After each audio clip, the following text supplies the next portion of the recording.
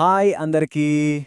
Pharma ప్రపంచంలో మనం QA, QC, QMS లాంటి పదాలు రోజు వింటూనే ఉంటాం. అవి వినడానికి దాదాపు ఒకేలా అనిపిస్తాయి కదా.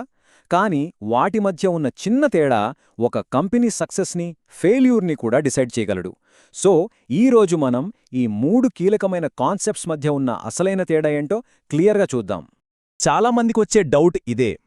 Quality assurance, quality control, quality management system అన్ని క్వాలిటీ గురించే కదా మాట్లాడుతున్నాయి.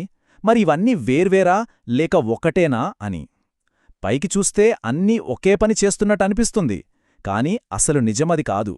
వాటి మధ్య చాలా స్పష్టమైన, చాలా ముఖ్యమైన తేడాలున్నాయి. అవేంటో ఇప్పుడు తెలుసుకుందాం. ఈ పదాల మధ్య తేడాను సరిగ్గా అర్థం చేసుకోకపోవడం ఓ చిన్న పొరపాట్లా అనిపించొచ్చు, కాని ఇదే అసలు సమస్యకు మూలం. ఈ చిన్న కన్ఫ్యూజనే పెద్ద పెద్ద రెగ్యులేటరీ సమస్యలకు, ఖరీదైన ఆడిట్ ఫెయిల్యూర్స్కు దారితీస్తుంది. ఇదేమి మనం పుస్తకాల్లో చదివే థియరీ కాదు, ఇది చాలా కంపెనీల తలరాతను మార్చేసే నిజం. సరే, ముందుగా ఈ కన్ఫ్యూజన్ ఎక్కడ మొదలవుతుందో చూద్దాం. ఈ తేడాలను మనం ఎంత స్పష్టంగా అర్థం చేసుకుంటే ఒక పటిష్టమైన క్వాలిటీ సిస్టమ్ని నిర్మించడంలో అంత విజయవంతమవుతాం. ఇది మన first and most important step. అయితే ఈ మొత్తం సిస్టమ్ని అర్థం చేసుకోవాలంటే మనం ఎక్కడ మొదలుపెట్టాలి? పునాది దగ్గరనుంచే కదా. ఆ పునాదే క్వాలిటీ కంట్రోల్, లేదా మనం సింపుల్గా పిలిచే క్యూసీ. క్యూసీ పని చాలా సింపుల్ అండ్ స్ట్రెయిట్ ఫార్వర్డ్. దాని ఫోకస్ అంతా ప్రోడక్ట్ మీదే ఉంటుంది, అంటే చేతిలో ఉన్న వస్తువు మీద. అది రా మెటీరియల్ కావచ్చు, ప్రాసెస్లో ఉన్న శాంపుల్ కావచ్చు, లేదా ఫైనల్ ప్రోడక్ట్ కావచ్చు. ఒక డిటెక్టివ్ లాగా ఆ వస్తువుని తీసుకొని ఇది రూల్స్ ప్రకారం ఉందా లేదా అని టెస్ట్ చేస్తుంది. ఇది పూర్తిగా ల్యాబ్లో చేసే పని. ఒక్క మాటలో చెప్పాలంటే క్యూసీ చేసే ఏకైక పని డేటాని క్రియేట్ చేయడం, అంతే. ఒక టాబ్లెట్ బరువెంత, అందులో యాక్టివ్ ఇంగ్రీడియంట్ పర్సెంటేజ్ ఎంత, ఇలాంటి ప్రశ్నలకు అది కేవలం నంబర్స్ రూపంలో సమాధానమిస్తుంది. అంటే డేటాని జనరేట్ చేస్తుంది. ఈ డేటానే మన క్వాలిటీ సిస్టంలో నెక్స్ట్ లెవెల్కి ఫౌండేషన్. సరే, క్యూసీ మనకి డేటానిచ్చింది, అంతా బానే ఉంది. కానీ ఆ డేటాని చూసి ఏం చేయాలి, దాన్ని ఎవరు రివ్యూ చేస్తారు, అసలు దాని బేసిస్ మీద నిర్ణయాలు ఎవరు తీసుకుంటారు? అక్కడే మనకి పిక్చర్లోకి వస్తుంది క్వాలిటీ అష్యూరెన్స్, అంటే క్యూఏ. ఇది క్యూసీని పర్యవేక్షించే ఒక పై స్థాయి అన్నమాట.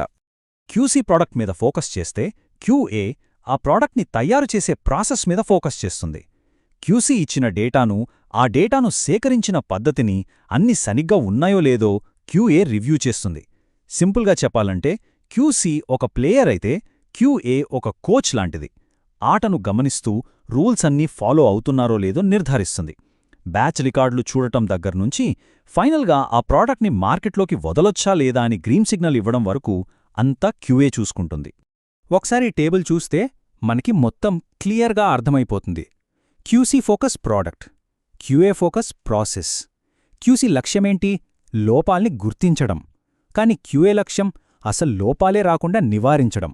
అందుకే క్యూసీ మనకి డేటానిస్తే క్యూఏ ఆ డేటా ఆధారంగా నిర్ణయాలు తీసుకుంటుంది. ఒకటి రియాక్టివ్ అయితే మరొకటి ప్రోయాక్టివ్. అది అసలు మ్యాటర్. ఓకే, మన దగ్గరిప్పుడు క్యూసీ ఉంది, క్యూఏ ఉంది. మరి వీటన్నింటినీ కలిపి కంట్రోల్ చేసే ఒక పెద్ద సిస్టమ్ ఉండాలి కదా, ఒక బాస్ లాంటిది. అదే క్వాలిటీ మేనేజ్మెంట్ సిస్టమ్, లేదా సింపుల్గా క్యూఎంఎస్. ఇక్కడ మనం గుర్తుపెట్టుకోవాల్సిన ఒక ముఖ్యమైన విషయమేంటంటే క్యూఎంఎస్ అనేది క్యూఏ, క్యూసీ లాంటి మరో డిపార్ట్మెంట్ కాదు, అస్సలు కాదు. ఇది ఒక సిస్టమ్, రాజ్యాంగం లాంటిదనుకోండి. క్యూఏ, క్యూసీ తమ పనుల్ని ఎలా చెయ్యాలి, రికార్డుల్ని ఎలా మేనేజ్ చేయాలి, ఒకవేళ సమస్య వస్తే దాన్ని ఎలా పరిష్కరించాలి అనే నియమాలను, గైడ్లైన్స్ను ఈ క్యూఎంఎస్ సెట్ చేస్తుంది. ఈ పిక్చర్ చూస్తే చాలు మొత్తం కథ అర్థమైపోతుంది. చూడండి, కింద ఫౌండేషన్లా క్యూసీ ఉంది, అది డేటా ఇస్తుంది. దానిపైన క్యూఏ ఉంది, అది పర్యవేక్షిస్తుంది. మరి ఈ వీటన్నింటిపైన ఒక పెద్ద గొడుగులా ఉంది చూసారా, అదే క్యూఎంఎస్.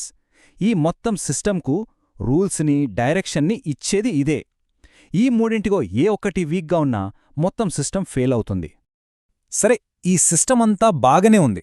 కానీ అసలు ప్రశ్న ఏంటంటే ఇదంతా ఎందుకు ఇంత ముఖ్యం?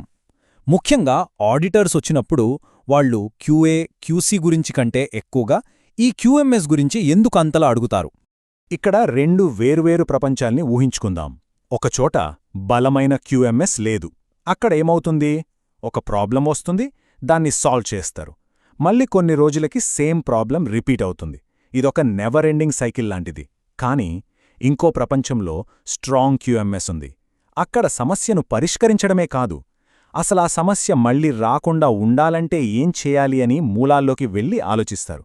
ఇది సమస్యను కేవలం పరిష్కరించడం కాదు, సమస్యను శాశ్వతంగా అంతం చేయడం. ఈ ఒక్క వాక్యం వింటే రెగ్యులేటర్సు ఎలా ఆలోచిస్తారో మనకి క్లియర్గా తెలుస్తుంది. వాళ్లకి కావాల్సింది టెంపరరీ ఫిక్స్ కాదు, ఒక సమస్య మళ్లీ మళ్లీ రాకుండా అడ్డుకునే ఒక పర్మనెంట్ సిస్టమ్ కావాలి. ఆ సిస్టమే క్యూఎంఎస్. అందుకే రెగ్యులేటరీ ఆడిట్లలో వాళ్లు క్యూఎంఎస్ గురించే ఎక్కువగా ఫోకస్ చేస్తారు. సో ఫైనల్గా మనం గుర్తుపెట్టుకోవాల్సిందేంటంటే, ఒక చెస్ గేమ్ అనుకుంటే క్యూసీ, క్యూఏ అనేవి ఆ గేమ్లో పావులు. అవి కదులుతాయి, యాక్షన్స్ తీసుకుంటాయి. కానీ క్యూఎంఎస్ అనేది ఆ ఆటను ఆడే స్ట్రాటజీ, అంటే మన బ్రెయిన్ లాంటిది. సరైన స్ట్రాటజీ లేకపోతే ఎంత మంచి పావులున్నా గేమ్ గెలవడం కష్టం. క్వాలిటీ విషయంలో కూడా అంతే. ముగించే ముందు ఈ ఒక్క ప్రశ్న గురించి ఆలోచించండి. మీ ఆర్గనైజేషన్లో ఉన్న సిస్టమ్ కేవలం మంటలు ఆర్పే ఫైర్ ఇంజిన్ లాంటిదా, లేక అసలు మంటలే అంటుకోకుండా చూసే ఒక పటిష్టమైన వ్యవస్థనా? ఆ సమాధానంలోనే మీ కంపెనీ క్వాలిటీ జర్నీ ఎక్కడుందో తెలిసిపోతుంది. ధన్యవాదాలు.